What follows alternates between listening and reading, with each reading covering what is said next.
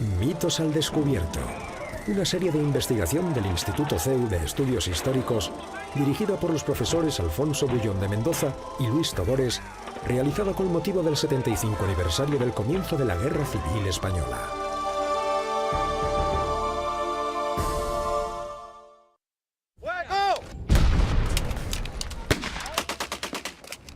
En la Guerra Civil Española no solo se enfrentaron españoles de ideologías opuestas. A los campos de batalla peninsulares vinieron voluntarios de todas partes de Europa, del mundo, para combatir en la última guerra romántica de la historia. Una guerra en la que se enfrentaban dos concepciones antagónicas. La izquierda revolucionaria encarnada por Largo, Caballero y Negrín, frente a la Europa conservadora, tradicional y católica, representada por Franco. Junto a los primeros estaban Stalin y todo el poder de la Tercera Internacional Comunista. Con los nacionales, las potencias fascistas de Italia, Alemania y el autoritario Estado Novo portugués. En España se luchaba y se moría, mientras que el resto del mundo miraba con expectación la gran partida por el dominio mundial que sobre el territorio español se estaba desarrollando.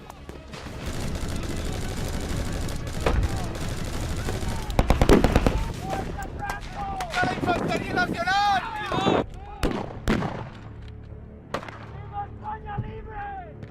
Intervención extranjera en la Guerra de España. La Guerra Civil Española fue un adelanto de la Segunda Guerra Mundial. Junto a los voluntarios y soldados profesionales reclutados por Hitler, Stalin, Salazar y Mussolini, vinieron un grupo de aventureros, soldados sin fortuna y sin trabajo, intelectuales y muchos militantes políticos que vieron en la Guerra de España la oportunidad de luchar y morir por una causa que les parecía justa. Para ayudar al Frente Popular, llegó armamento francés, ruso y mexicano, junto con asesores soviéticos y algunos pilotos galos y voluntarios de diversas nacionalidades. Las armas fueron pagadas con las reservas de oro del Banco de España, el famoso oro de Moscú. En octubre de 1936 llegaron los primeros brigadistas internacionales. Eran voluntarios comunistas y socialistas, más algunos aventureros reclutados y pagados por Stalin. Venían a España para combatir el fascismo y apoyar al Partido Comunista Español en las peleas internas por el poder que asolaban al Frente Popular. Simultáneamente, en apoyo de los nacionales, llegaban armas y equipos a través de Portugal y por los puertos en manos rebeldes, suministradas por la Italia fascista y la Alemania nazi. Junto a estas armas muy pronto llegarían también soldados italianos y alemanes, reclutados por los respectivos gobiernos, así como algunos voluntarios portugueses, los viriatos. A estos contingentes de tropas profesionales se sumaron un número importante de voluntarios anticomunistas llegados de todas partes del mundo y que pasaron a engrosar los ejércitos de Franco.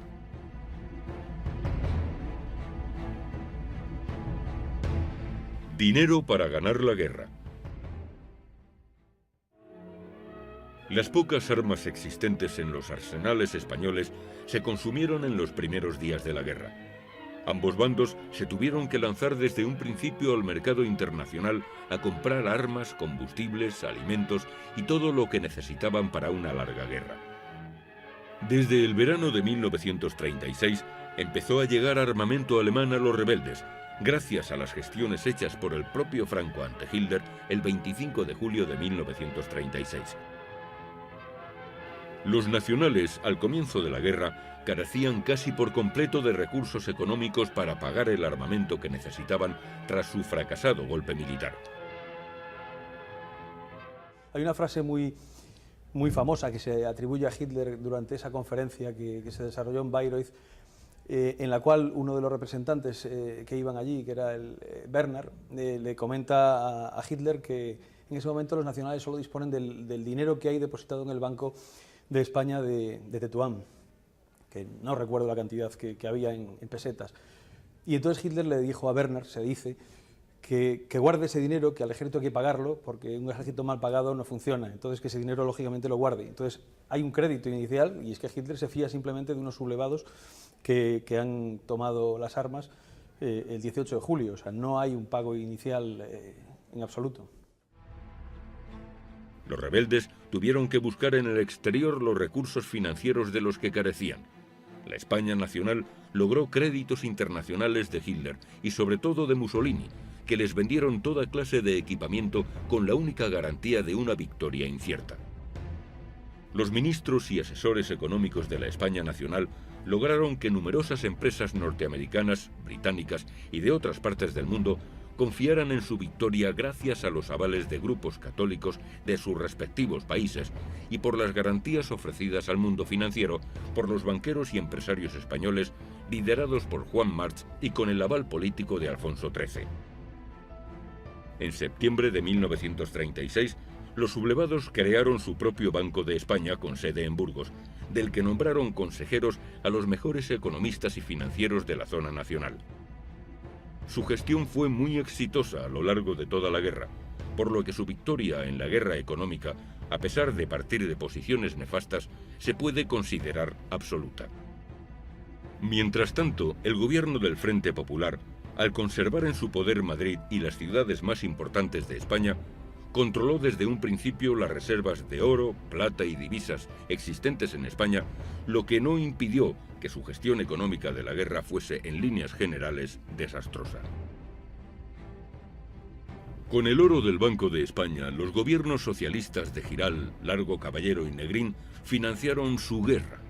Compraron armas, inicialmente en Francia, y sobre todo a la Unión Soviética, pagándolas al contado con las reservas en oro de España hasta su casi total desaparición. Ángel Viñas ha escrito que salieron del Banco de España 10.000 cajas de oro, de las que 7.800 fueron a la URSS, otras 1.280 se entregaron a Francia. Así, de los 2.202 millones de pesetas oro disponibles en 1936, 1.586 millones fueron a Rusia y 616 millones a Francia. Este oro financió las compras de armas en el extranjero de la República durante los 3 años que duró la guerra. Armas para la guerra. El 21 de julio de 1936, el jefe del gobierno francés, Léon Blum, empezó a enviar armas a España para apoyar al gobierno Frente Populista de Giral. El día 25 de julio salió el primer carguero con armas francesas. El 28 llegaba el primer bombardero francés Potez a España, seguido unos días después de 13 cazas de Buatín D-371 y de otros 6 bombarderos Potez PO-54. A esto siguieron 10 nuevos aviones de modelos diversos. A comienzos de septiembre ya eran 40 los aviones comprados en Francia a un coste aproximado de 3 millones de libras esterlinas oro. Comenzaba así la ayuda francesa a la República Española, que se prolongaría a lo largo de toda la guerra. Francia, con un gobierno de izquierdas, se situó desde un principio abiertamente a favor de la República. La prensa, los sindicatos, partidos y organizaciones de izquierdas se volcaron a favor del Frente Popular Español. La izquierda francesa se lanzó a recaudar fondos para comprar medicamentos y alimentos, al tiempo que creaba un comité franco-español para movilizar la sociedad gala a favor del gobierno republicano. Entre el 1 y el 4 de agosto de 1936, el ministro de Estado de la República, Augusto Barcia, realizó gestiones para comprar aviones militares, bombas y todo tipo de armamento a la Alemania nazi, llegando a ir a Berlín el mismísimo ayudante del presidente Azaña para negociar las compras. Pero en estas fechas, Hitler ya se había decidido a dar su apoyo a Franco. El antifascismo del Frente Popular podía no ser incompatible con el nazismo. Inglaterra, por su parte, apostó por la neutralidad.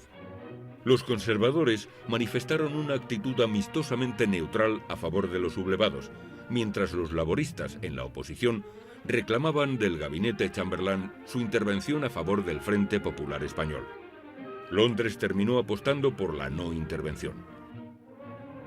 Los intentos de impedir la entrada de armamento en España, propiciados por Inglaterra a través de la creación de un comité de no intervención, nunca llegaron a funcionar, para ser finalmente abandonados en 1937.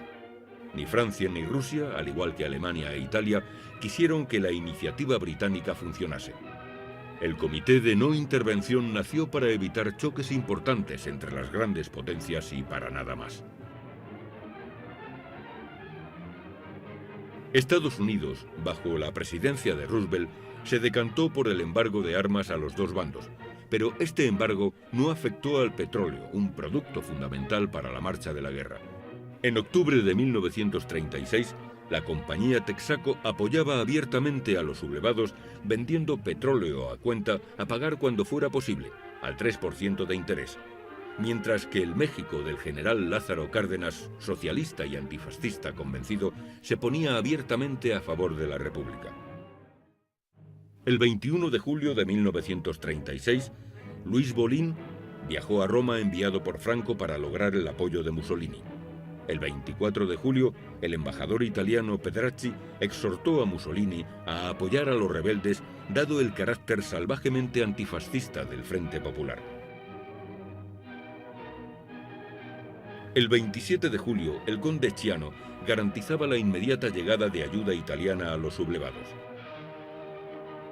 El 30 de julio despegaban 12 bombarderos Savoia Marchetti SM-81 con destino al Marruecos español. El 8 de agosto llegaba a Vigo el primer envío importante de armamento italiano para los nacionales, para llegar, a finales de agosto, un gran contingente de aviones y armamento a las Baleares para ayudar a la defensa del archipiélago. Italia había entrado, sin entrar en guerra, abiertamente a favor de los nacionales. Los nacionales pagaron a Italia por su ayuda la cantidad de 5.000 millones de liras, lo que equivalía al 3% del Producto Interior Bruto de Italia.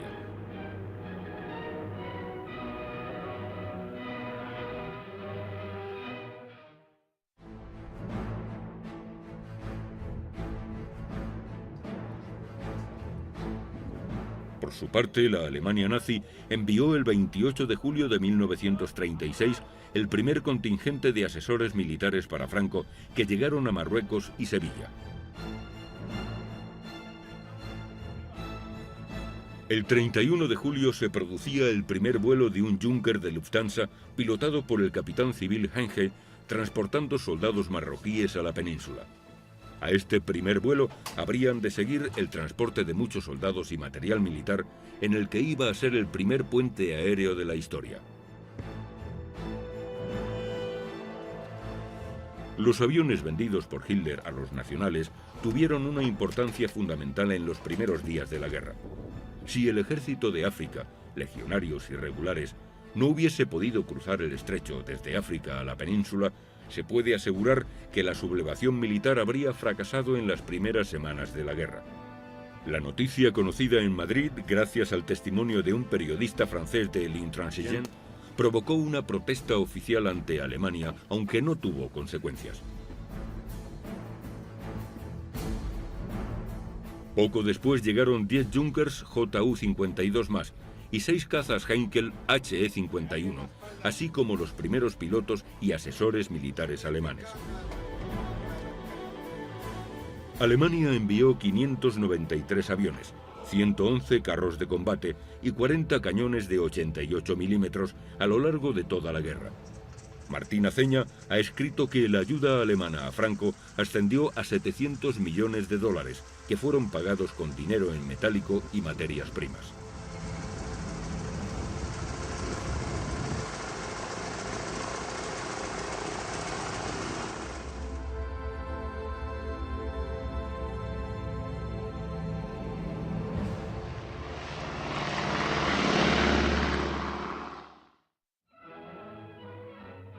Aviones, buques y cargueros alemanes comenzaron a transportar a España material de guerra alemán.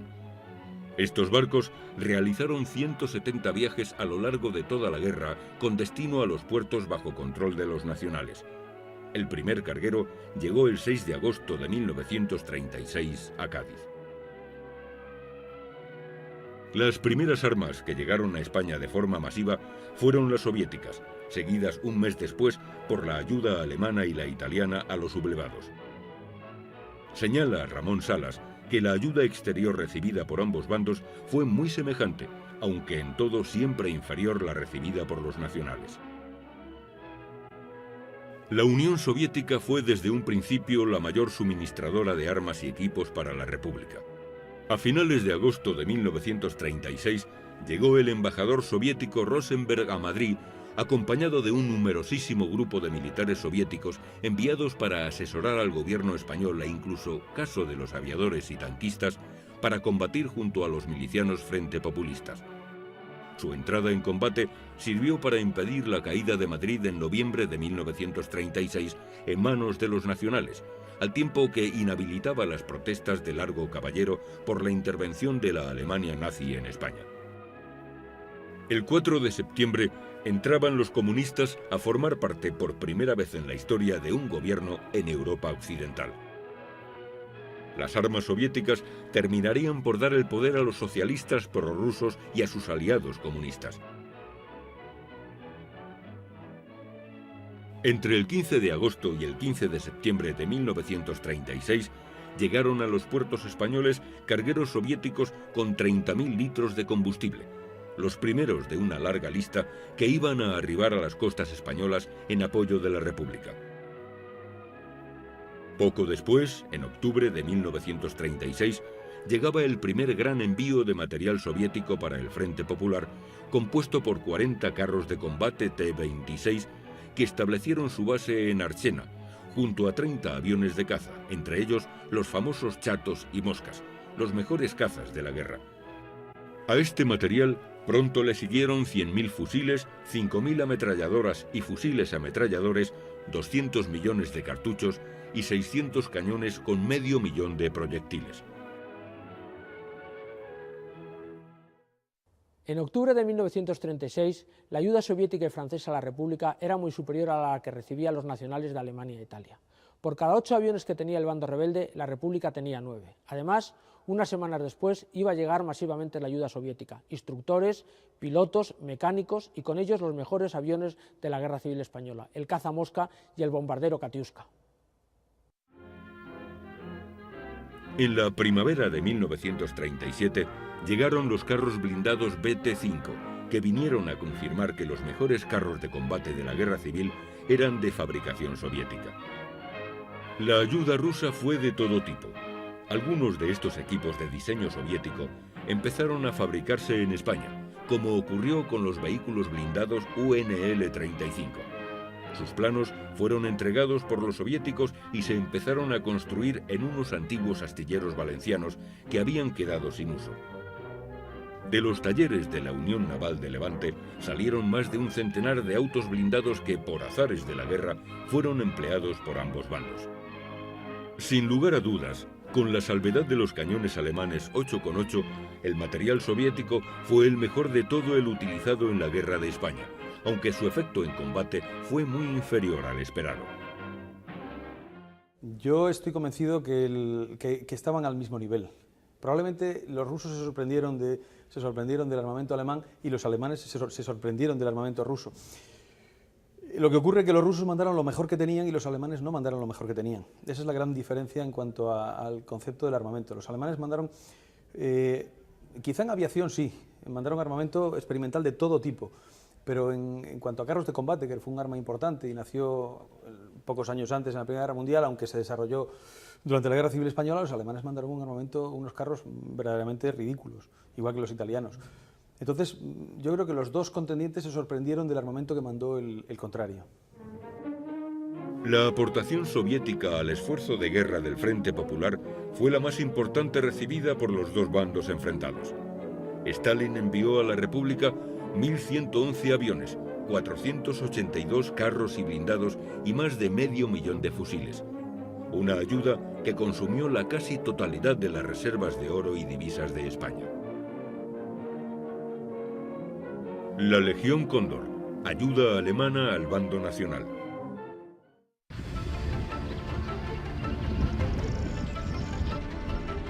La decisión tomada por Hitler de apoyar a los rebeldes a través del general Franco se materializó el 20 de septiembre de 1936 con el envío de armamento y de 267 asesores del ejército de tierra alemán pertenecientes a sus Panzerregiment, Los primeros llegaron a Sevilla el 7 de octubre de 1936. Para apoyar a las tropas de tierra nacionales llegaron asesores alemanes con pequeños carros de combate, artillería y armamento. Su jefe más destacado fue el coronel von Thoma.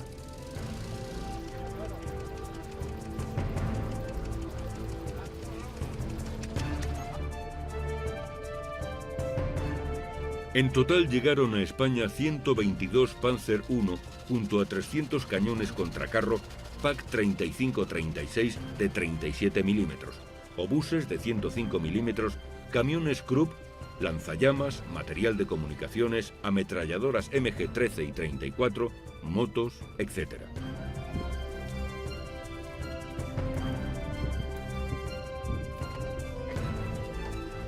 El 7 de noviembre de 1936, el mismo día que comenzaba la batalla de Madrid y los asesinatos de Paracuellos del Jarama, llegó al puerto de Cádiz el primer convoy de material alemán.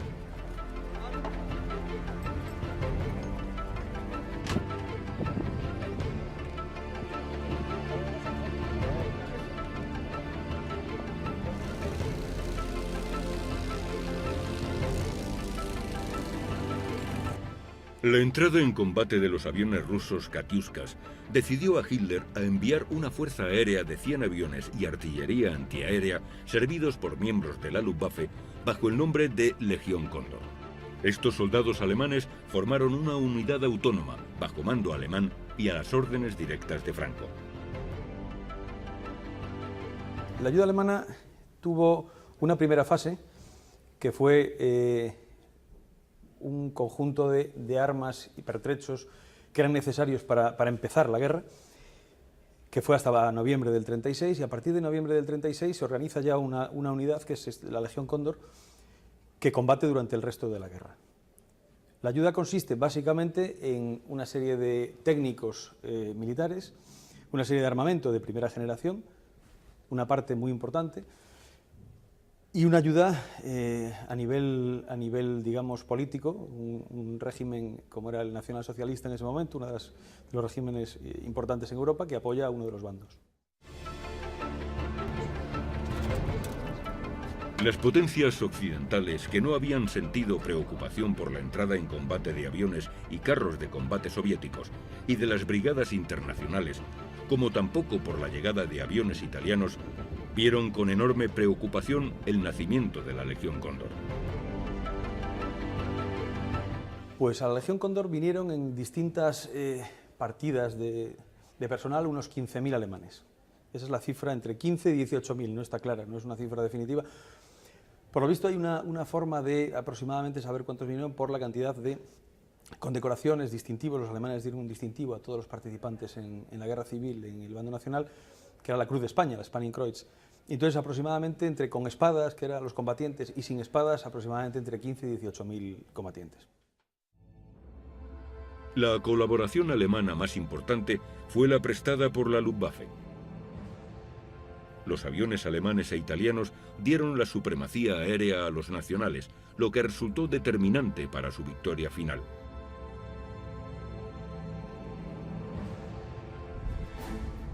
El cañón 8,8 antiaéreo alemán sirvió para luchar contra la aviación roja, pero empleado por primera vez como cañón contracarro, permitió la ruptura del frente y los enormes avances por tierras aragonesas en las ofensivas de Quinto y del río Alfambra.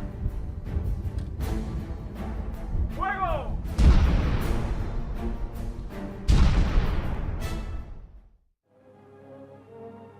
Entre las intervenciones más cuestionadas de la Legión Cóndor están los tristes y debatidos sucesos del bombardeo de Guernica. En la actualidad, sabemos con exactitud qué ocurrió el 26 de abril de 1937 en Guernica. Las falsedades por desconocimiento voluntariamente realizadas por escritores como Songwolf, Preston o Anthony Beevor han quedado ya evidenciadas. El bombardeo lo realizaron aviones Junker 52, más 3 aviones Saboyas italianos, un Dornier 17 y un Heinkel 111, con bombas explosivas de 50 y 250 kilos, algunas de ellas incendiarias. se produjeron 3 oleadas de bombardeo entre las 4 y las 6:30 horas de la tarde. Concretamente, el día del bombardeo de Guernica, la Legión Cóndor hace 2 bombardeos. Uno por la mañana a Guernicaiz, que como suena parecido, la gente a veces se equivoca, y por la tarde al de Guernica. Y fueron los mismos aviones con las mismas bombas. El bombardeo destruyó un 25% como mucho de casas, de edificios, y luego eso se extendió hasta el 78. O sea que realmente es verdad que la mayor parte de la destrucción la hizo el fuego. Lo que pasa que, claro, que no la hizo el fuego provocado por los dinamiteros, como se dijo inicialmente. La hizo el fuego al extenderse el fuego provocado por los aviones, y que los bomberos de Guernica y de Bilbao no supieron contener, que era difícil. Hoy sabemos que los muertos causados por el bombardeo fueron 126, de los cuales 106 están identificados con nombre y apellidos. Una cifra muy inferior a los 1.645 de los que hablan historiadores supuestamente solventes como Preston y Bibor. La ayuda de Hitler y Mussolini no fue solo material. A mediados de noviembre de 1936, Alemania e Italia reconocían oficialmente a la España de Franco. El prestigio de las 2 naciones fascistas quedaba ligado ineludiblemente a su victoria. Y yo creo que fue muy importante porque, a diferencia de la República que se entregó en brazos de Stalin, los nacionales nunca se entregaron en brazos de Hitler. Sí que se lo agradecieron profundamente, pero Franco mantuvo una política con respecto al Tercer Reich de mantener la independencia. En absoluto pensó en darle una serie de entregas ni territoriales ni económicas que sobrepasaran lo que había aportado, y de hecho eso se ve muy claramente en el asunto que le llamaban el asunto Montana, que realmente era montaña, aunque la ñ ya sabéis que en alemán no existe, y era una serie de concesiones mineras con respecto a los alemanes establecidos en España, que Hitler quiso que Franco pues hiciera una serie de concesiones, y al final Franco dijo que ni hablar, que todo eso en absoluto, porque iba en detrimento de la independencia y la soberanía de España, ¿no? Entonces ahí se demuestra clarísimamente que Franco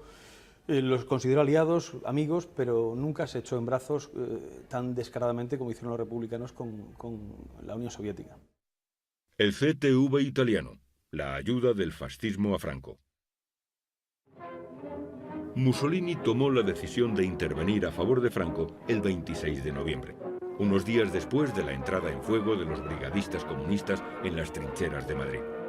El 1 de diciembre de 1936 se firma el protocolo secreto italo-español de Anfuso, por el que se regulaban las relaciones militares y de todo tipo entre Mussolini y Franco.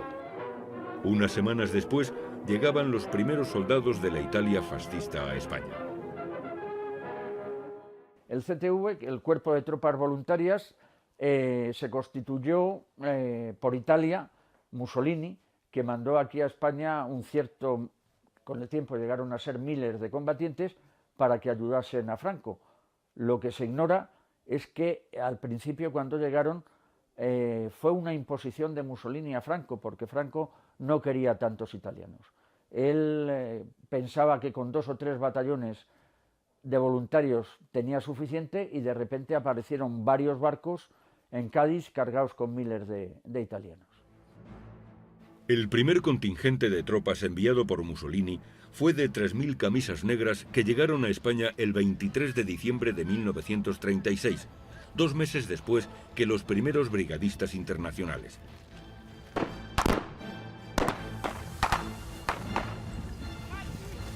En enero de 1937 ya eran 15.000 los italianos que luchaban en España, para a finales de febrero igualar en número a los brigadistas internacionales. Cerca de 40.000 camisas negras y soldados italianos combatieron en España.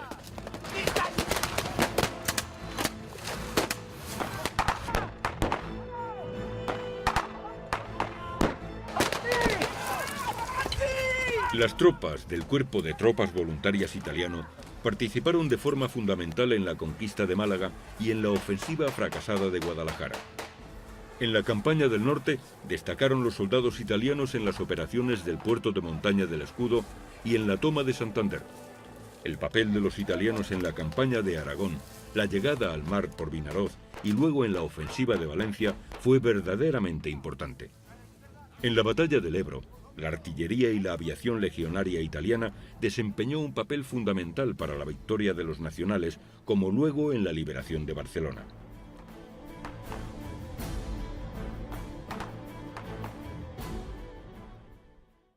A lo largo de toda la guerra se calcula que su número estaría entre más o menos unos 75.000, la mayoría, unos 40.000 de ellos, o incluso más, provenientes del propio ejército italiano, y los otros 30-35.000 de las milicias fascistas. Italia envió en total 72.775 soldados a luchar a España a lo largo de los 3 años de guerra, a lo que se sumaron 5.699 soldados de aviación, de los cuales 1.435 eran pilotos. Los soldados de CTV italiano sufrieron un 5% de bajas, 11.500. De estas, 2.352 muertos, una cifra algo inferior a las sufridas por unidades de choque nacionales como los requetés y falangistas, que sufrieron en torno al 6%. Las brigadas internacionales tuvieron unas bajas del 33%. A mediados de agosto de 1938 empezó la retirada, aunque en octubre aún estaba en España la División Vittorio, más 3 divisiones que contaban con algunos oficiales y sargentos italianos y con soldados españoles e italianos.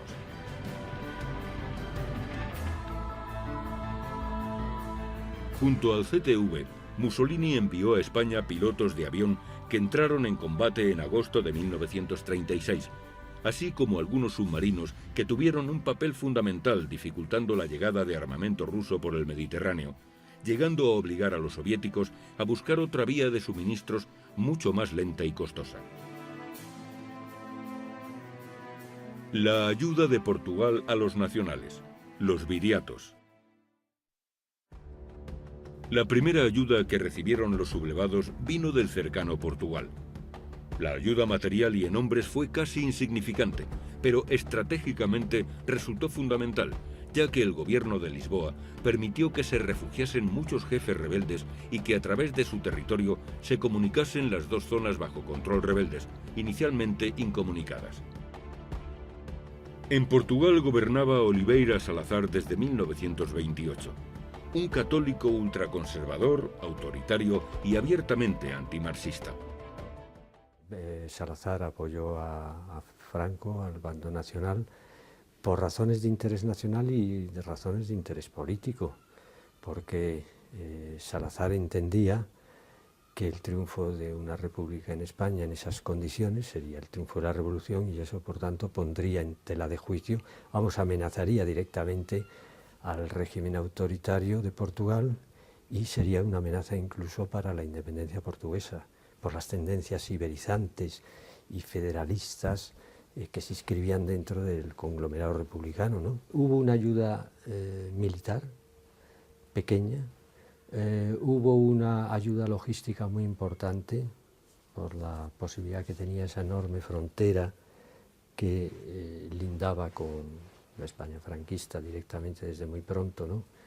De canalizar todo tipo de armamento, de material, de suministro, sobre todo al principio. Hubo una ayuda también importante desde el punto de vista de la propaganda. Las emisoras y los periódicos portugueses, o gran parte de ellos, estuvieron naturalmente al servicio de la causa nacional, y lanzaron hacia el exterior de la península también la propaganda del bando nacional. Y hubo sobre todo una ayuda diplomática de primer orden. Básicamente esta es la principal ayuda que prestó Salazar al régimen de Franco y a la España franquista. La de hacer algo así como de puente entre la Europa atlántica, las potencias atlánticas, básicamente Inglaterra, y España. Luego un mínimo, efectivamente, contado de 2.400 y pico, 2.500 portugueses. Eso del lado nacional, en el bando nacional. En el bando republicano hay también portugueses que combaten. Y sabemos que sería un mínimo de 500 y probablemente podría irse a una cifra por encima de 1.000, incluso aproximándose a los 2.000. Pero estos son siempre cifras aproximadas. Los otros internacionales. Con los nacionales no solo lucharon voluntarios italianos, alemanes y portugueses. A sus filas llegaron irlandeses, rusos blancos, filipinos, hispanoamericanos, rumanos, británicos e incluso turcos. Estos voluntarios provenían pues prácticamente de los 5 continentes. No he encontrado hasta sudafricanos, neozelandeses, australianos. De los únicos que no tengo noticias es de chinos, japoneses o del Extremo Oriente. Incluso hubo también un indio o un hindú. Ellos vinieron como pudieron, porque no se les facilitó para nada en absoluto, al contrario de lo que pasó con las brigadas internacionales, el acceso a territorio nacional. Francia, que era la que dominaba, vamos a decir, las fronteras terrestres, impedía el paso de ellos y tuvieron que venir casi todos ellos a través de Portugal y, ya digo, pagándose sus propios el viaje. El grupo más numeroso, dejando a un lado los portugueses, fue el de los irlandeses. Vinieron un poco más de 600 irlandeses, con los cuales se formó lo que se llamó bandera irlandesa de la Legión o del Tercio, entonces todavía seguía siendo Tercio. Teóricamente los mandaba un general irlandés, O'Duffy. Ya digo, estuvieron aquí en España 6 meses y su actuación en realidad no fue muy destacada, tuvo más bien efecto propagandístico. Aquí en Madrid, en las cercanías de Madrid, tuvieron un combate en Titulcia y luego, por desavenencias entre O'Duffy y el gobierno nacional y porque la unidad no funcionaba, pues se les repatrió a su país. Luego hubo también un grupo de unos 300 franceses y otro tanto de italianos no incluidos en el CTV, pero la mayoría de ellos, cuando se constituyó el CTV, pasaron de la Legión al CTV. Vamos a ver, la mayoría de ellos lo hicieron en la Legión, porque además, con la legislación existente en España en aquella época, los extranjeros, la única unidad en la que podían, dejando al lado los marroquíes, la única unidad del ejército español en la que podían luchar era en la Legión. Lo que pasa es que tanto Falange como el Requeté, en sus filas, acogieron a algunos voluntarios de estos, pero siempre, vamos a decir, que aparecían a título prácticamente individual. Y a lo mejor pues había 2 en una bandera de Falange, 1 en un tercio del Requeté, pero no más. Vinieron a luchar a España para combatir la revolución que socialistas, comunistas y anarquistas querían imponer si lograban la victoria en los campos de batalla españoles. Me llamo Vladimir Lambsdorff y soy hijo de un legionario que vino de voluntario a combatir a España cuando la guerra civil. Ellos vivían en París. Era una familia rusa emigrada a raíz de la guerra civil rusa y a mi padre lo habían sacado de niño. O sea que en París estudió, se casó y cuando empezó la guerra civil española, a él, como a toda la emigración rusa de París, le pareció una repetición, un calco de lo que había pasado con la guerra civil rusa. Él pasó clandestinamente la frontera porque los franceses la cerraron y entró por Aragón. Entonces él, tuvo que vencer ciertas suspicacias porque todo el mundo se pensaba que un ruso tenía que ser rojo necesariamente, pero al final se incorporó a una milicia local que había, que se llamaba la Bandera Sanjurjo. Y esta bandera resultó tan combativa que luego fue transformada en la 15 bandera de la Legión, tal cual. Y estuvo pues en todo el frente de Aragón lo que duró. O sea, mi padre estuvo en la reconquista de Teruel, estuvo en Belchite, fue herido, en fin. Se ganó una cruz de guerra, 3 cruces rojas, sufrimientos por la patria, evidentemente, en fin. En la Legión hubo unos pocos de estos que pasaron sueltos. Pero los que mayor huella, mayor recuerdo dejaron entre los combatientes nacionales fue un grupo de oficiales, veteranos todos, de la guerra civil o incluso de la guerra de 1914, que pasaron en grupo, muy al principio de la guerra, porque luego los franceses se encargaron de que no pasaran más. Y estos, fue muy curioso, esos pasaron por Navarra. Y claro, se encontraron con los requetés. Fueron a parar en grupo al Tercio María de Molina, donde dejaron un excelente recuerdo como combatientes. He conocido al que tuvo el mando, el entonces capitán Ruiz Hernández, un oficial de carrera tradicionalista, y vamos, encantado con ellos. Las Brigadas Internacionales, la ayuda de Stalin a la República Española. La Rusia de Stalin proporcionó hombres y armas a la República Española durante toda la guerra, una ayuda que permitió que la guerra durase 3 largos años. En agosto de 1936 llegaba la primera ayuda soviética, en forma de millones de litros de gasolina. Inmediatamente y hasta el final de la guerra empezaron a llegar armas, municiones, carros de combate y aviones. Pero de todas las ayudas que prestó Stalin a los comunistas y socialistas españoles, la que más nos llama la atención, la más famosa, es el reclutamiento de comunistas y socialistas de todo el mundo para luchar en la guerra de España. Vinieron 70.000, se encuadraron en una unidad que conocemos como las Brigadas Internacionales y su papel resultó determinante a lo largo de toda la guerra. El 19 de julio de 1936 se celebraba en Barcelona la Olimpiada de los Trabajadores.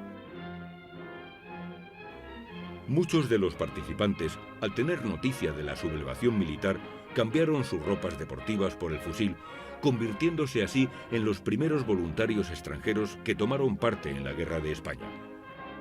Los atletas proletarios se incorporaron a la lucha armada contra los militares sublevados que se estaba produciendo en las calles de Barcelona. Fueron liderados por el diputado comunista alemán Hans Weimler. Rápidamente formaron la primera unidad extranjera de la Guerra de España, la Centuria Thälmann.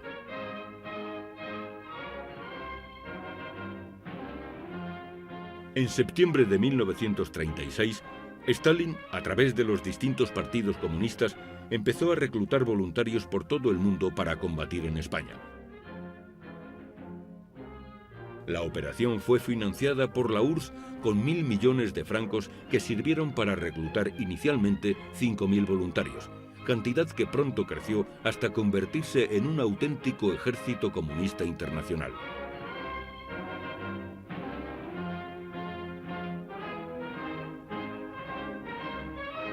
La leyenda se ha tendido a enfatizar su aspecto espontáneo.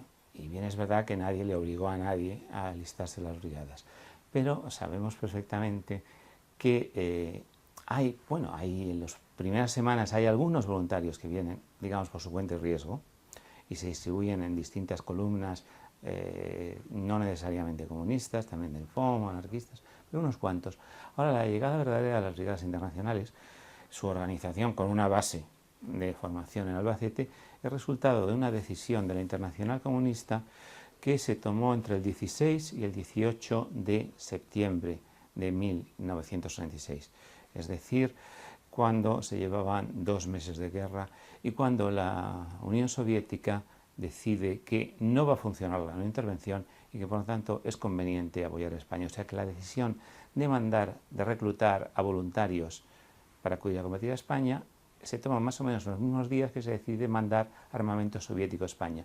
Y llegan en los mismos días, a primeros de octubre. O sea que efectivamente no todos los brigadistas eran comunistas, pero sí que la iniciativa del reclutamiento y la organización correspondió a la Internacional Comunista, que es la única vez en su vida que lo hizo, por cierto. La Internacional Comunista nunca reclutó combatientes, solo en esta ocasión.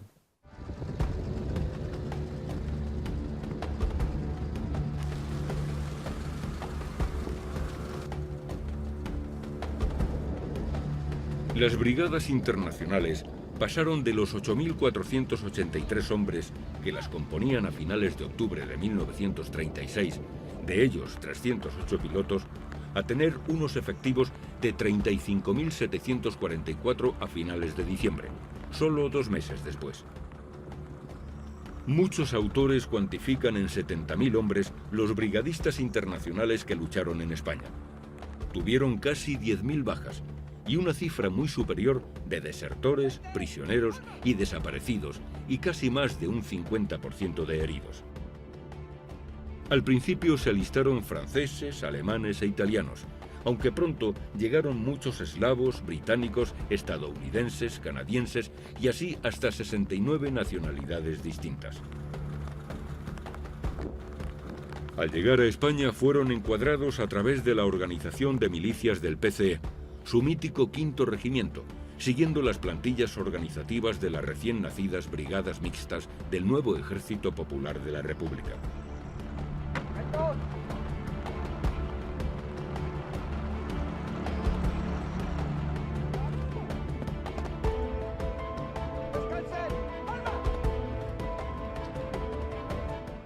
Bueno, las brigadas internacionales en el conjunto de la guerra pues, no representan gran cosa en el punto de vista militar. Se calcula que venían unos 30 y tantos mil voluntarios, 30 y poco mil, de los cuales quizá no hubiera nunca más de 15.000 al mismo tiempo en España. Es decir, cuando los ejércitos españoles de ambos bandos empiezan a nutrirse, son una cantidad bastante poco significativa. Jugaron un cierto papel en un determinado momento, que es la batalla de Madrid a primeros de noviembre de 1966, cuando las tropas de Franco dan el asalto a la capital. Ha habido un avance fulgurante desde Andalucía hasta Madrid, a través de Extremadura, a través de Talavera, llegan a la capital, pero por cierto, con las brigadas internacionales llega la aviación rusa, los carros de combate rusos y la artillería rusa. La suma de la aviación, los carros de combate y la artillería rusas con militares rusos, más estos voluntarios que juegan un papel mucho de fuerzas de choque. Hombre, eso decide la batalla de Madrid. Yo no soy un historiador militar y supongo que esto sería difícil de afirmar, pero sí que juegan un cierto papel en la victoria, en la victoriosa defensa de Madrid a principios de noviembre. Luego ya su papel cada vez menor, juegan un cierto papel en la batalla de Jarama, pero en fin, la batalla de Jarama queda en tablas en definitiva. O sea que no son un elemento trascendental en el curso de la guerra de España, salvo ese papel unos días de noviembre que fueron decisivos para que Madrid resistiera, ¿no?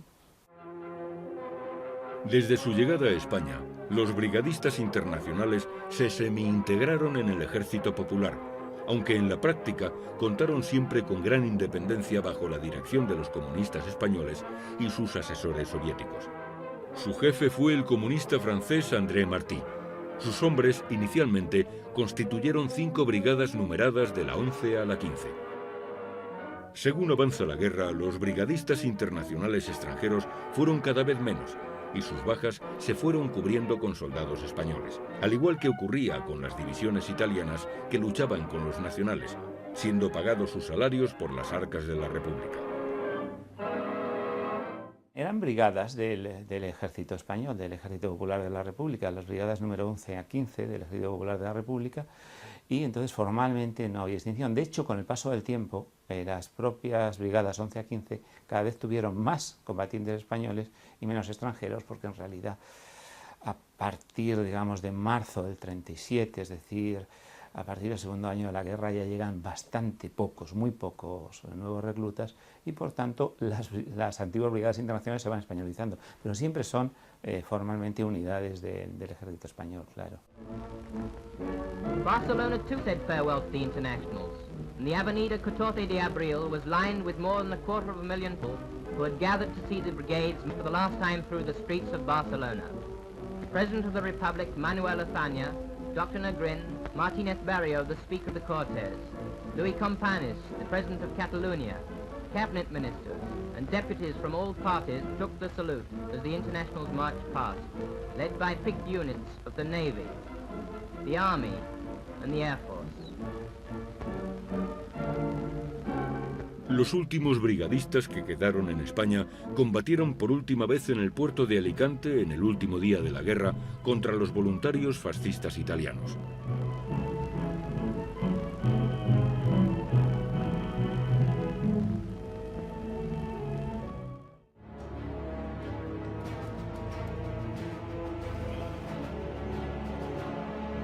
La Guerra Civil Española fue una guerra combatida fundamentalmente por soldados españoles. Su valor y la sangre que derramaron decidieron la suerte de la misma.